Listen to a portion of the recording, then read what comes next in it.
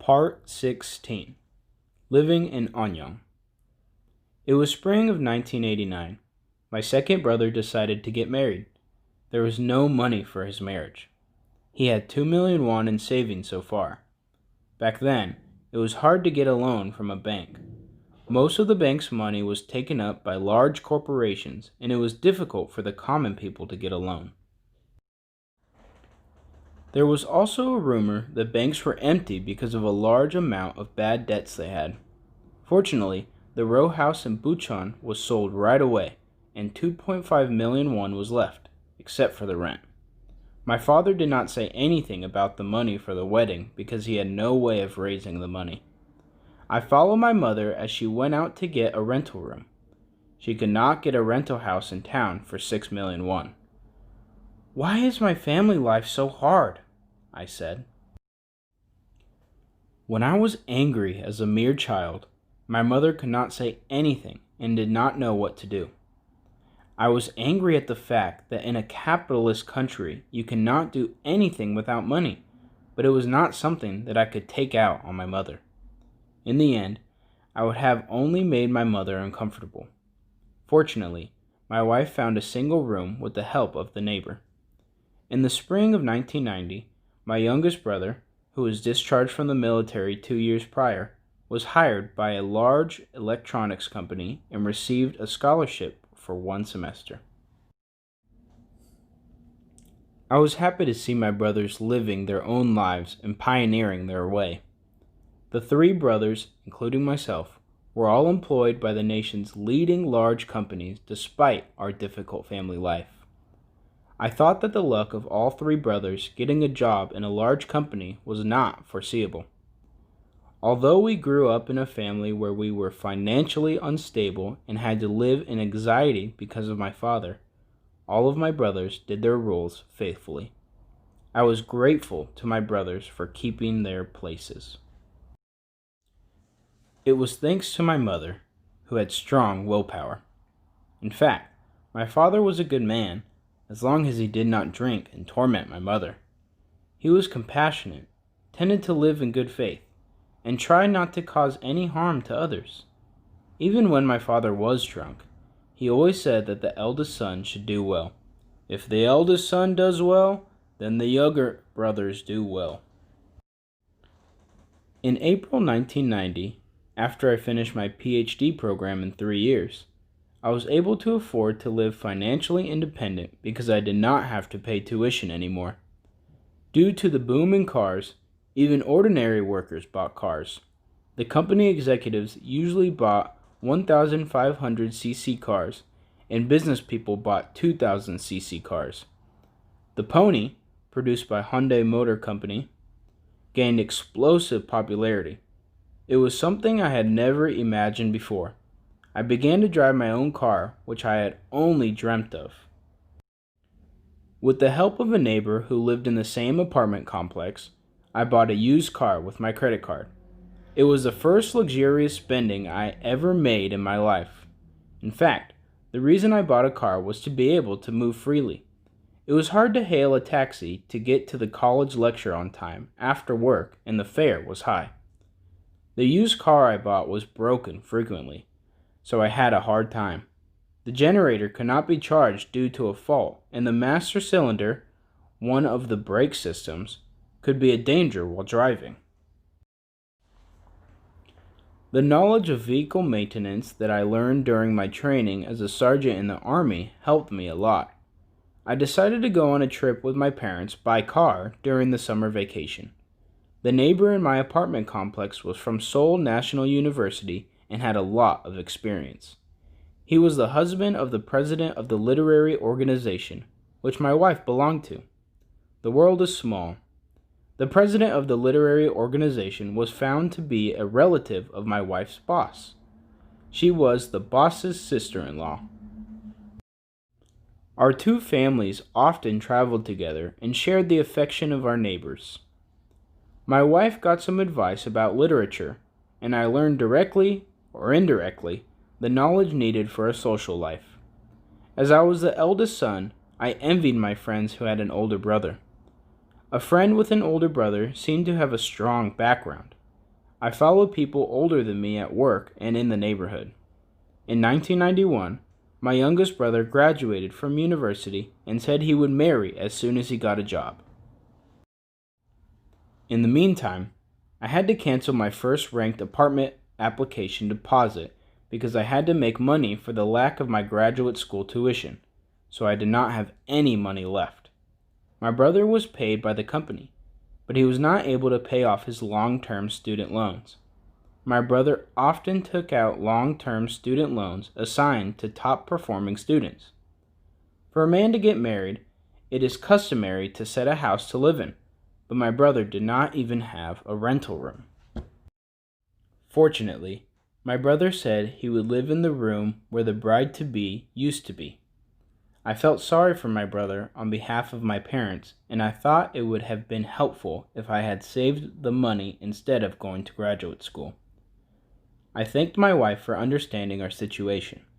Especially, I had nothing to say to my wife who took care of my brother other than sorry.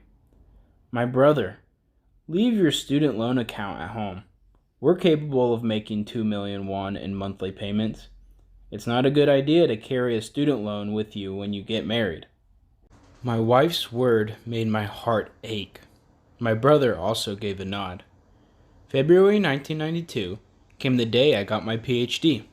I graduated from the graduate school doctorate program in 4 years. My thesis passed with difficulty. Even after more than 20 years, I sometimes dream that I am still attending graduate school or worried that my thesis has not been passed. The most difficult nightmare is that I am still training in the Army, or that I am anxious because my enlistment warrant has come out again even though I have been discharged from the Army. The second most difficult dream is to attend a postgraduate PhD program or to be a part-time lecturer at a university. As I used to sing at the school graduation ceremony, I got a brilliant diploma. By the time I graduated, I was introduced to the weekly business magazine with several people who had earned doctoral degrees. However, 7 million won I borrowed from my wife's family during my PhD program remained in debt, and until then, there was no full-time professor position for me. There was a rumor that it would take 50 million won to become a full-time lecturer at a university and 30 million won to become a full-time lecturer at a junior college. They said that they would use the money to help finance the university. Some said that they were people who gave lectures for a year without pay.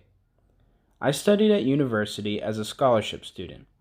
However, rather than studying in university, senior or junior members who were politically active became full-time professors.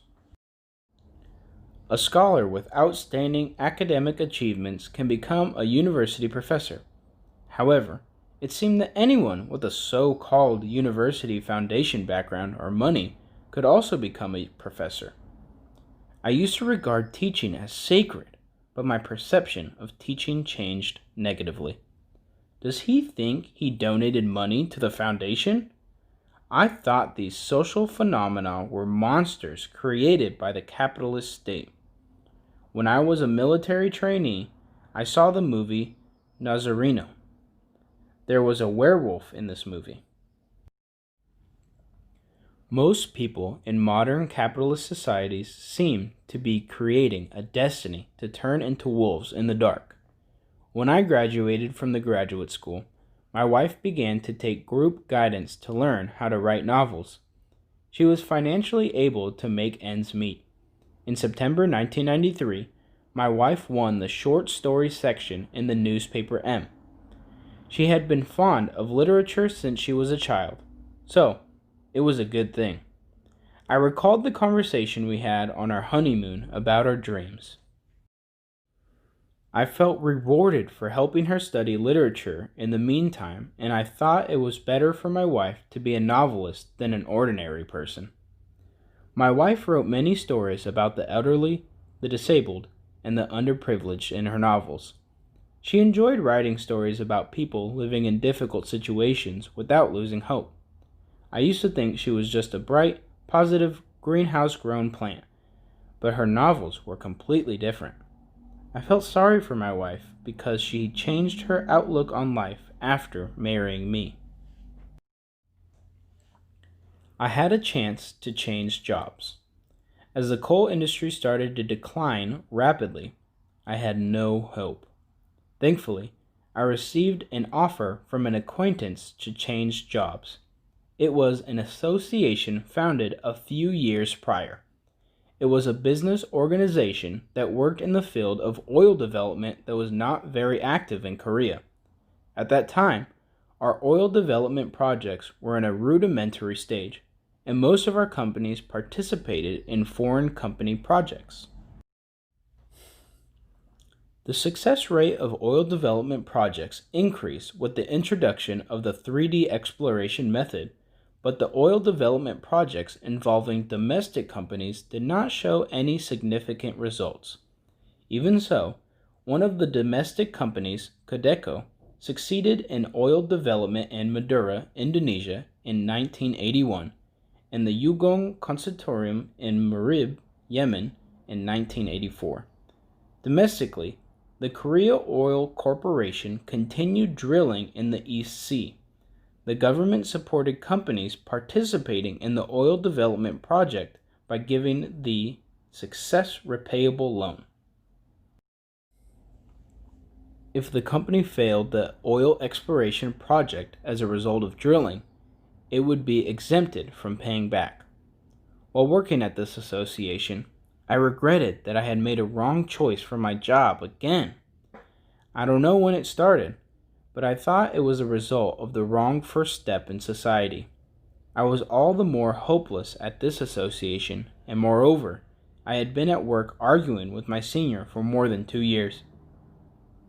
I could not just watch the wrong actions, and in the meantime, the problems got worse. During our argument, I wanted to make the wrong things right, even if I lost everything. I did not go to church anymore. I did not want to be a hypocrite arguing at work and pretending to be good in church. On the one hand, I shed tears thinking that each of us had a family. I was very confused. There was no violence, but after our last quarrel, the senior and I had to submit a written apology.